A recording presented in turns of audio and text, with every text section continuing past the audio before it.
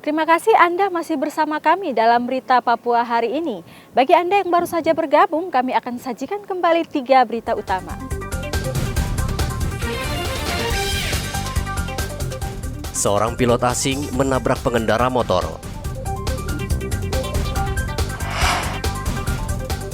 Sebelas pasien terdeteksi menderita hepatitis, Kemenkes minta warga waspada.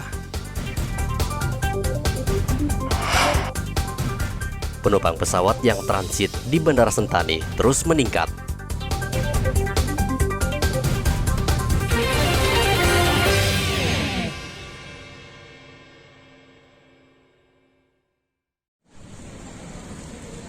Jumlah penumpang yang transit di Bandara Sentani mengalami peningkatan.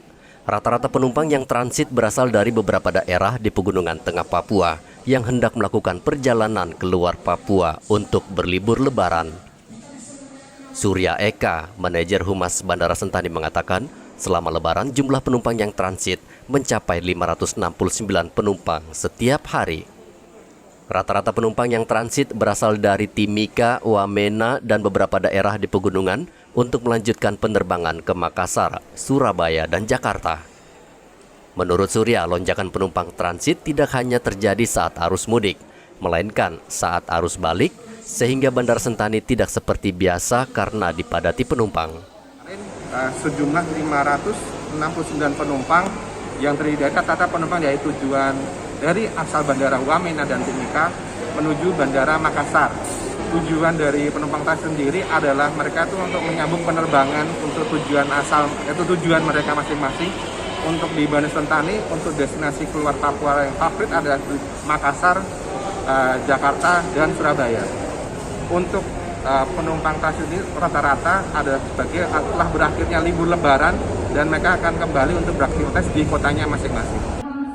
Penumpang transit ini diperkirakan masih akan terus bertambah karena banyak masyarakat yang harus kembali ke beberapa daerah asal di wilayah Pegunungan Tengah Papua.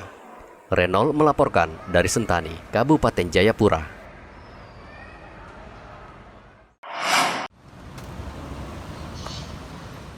Pengelola SPBU Kaimana membantah tuduhan menaikkan harga BBM secara sepihak oleh sejumlah karyawannya.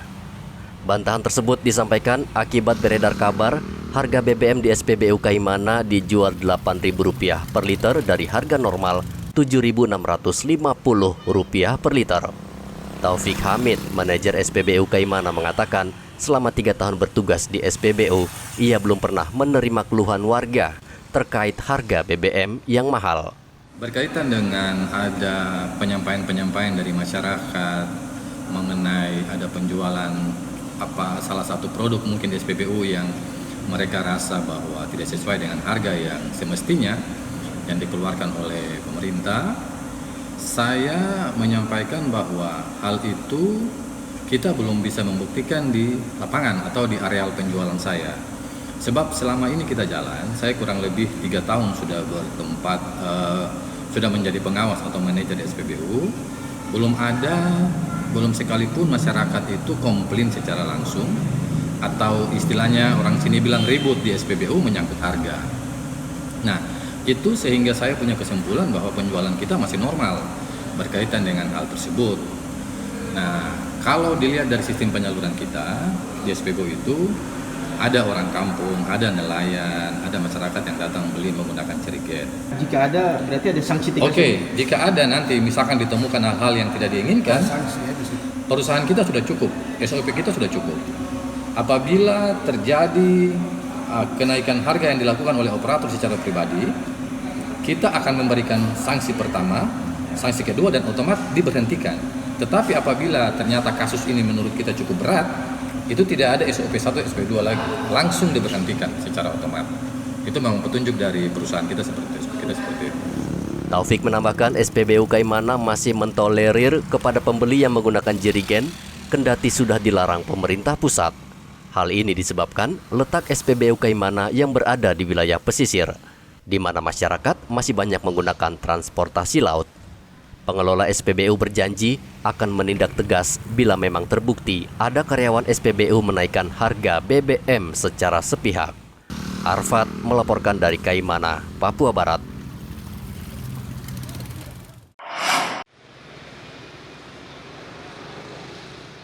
Untuk menekan kasus begal dan kekerasan yang marak belakangan ini, Pemkot Jayapura mendirikan 3 pos polisi di 3 wilayah, yakni pos polisi Holtekam, Koyakoso, dan pos polisi di Kampung Buton. Ketiga pos polisi tersebut diresmikan Wali Kota Jayapura Ben-Hur Tommy Mano Selasa kemarin. Wali Kota mengatakan ketiga pos polisi tersebut sangat penting untuk memberi rasa aman bagi setiap warga. Kalau kota ini aman, damai, maka daerah-daerah lain tidak akan melakukan kegiatan yang mengganggu ketertiban dan keamanan daerah mereka. Karena tolak ukurnya itu ada di kota Jayapura. Dan luar biasa, saya 10 tahun menjabat wali kota Jayapura. Kapolres ganti Kapolres tidak sama dengan Bapak Budi Nasri. Mengikuti kemampuan. Kadang-kadang mampu, pas tidak mampu sudah tutup lagi. Kadang-kadang dirasa aman, sudah kayaknya istirahat dulu. Terus kok besok ada pembunuhan lagi, itu kayaknya harus pikir lagi gitu. Jadi izin Pak Wali Kota, dengan hari ini diresmikan, saya menyatakan tidak ada lagi yang tutup. Di 3 titik ini, kantor polisi akan berdiri untuk melayani setiap masyarakat di lingkungannya. Dan juga, walaupun iman kita besar bahwa diharapkan TNI Polri tidak banyak bekerja, berarti itu daerah sudah aman. Tetapi untuk saat ini, kami rasa masih perlu, dan kehadiran pelayanan daripada kantor kepolisian juga merupakan salah satu bidang pembinaan dan juga untuk mencegah terjadinya kriminalitas. 3 pos keamanan tersebut akan diisi 6 personel secara bergantian. Jika terjadi tindak kriminal atau kecelakaan lalu lintas, maka bisa segera ditangani tanpa harus mendatangkan personel dari Mapolres. Anto melaporkan dari Kota Jayapura, Papua. Informasi tadi sekaligus menutup jumpa kita dalam berita Papua hari ini.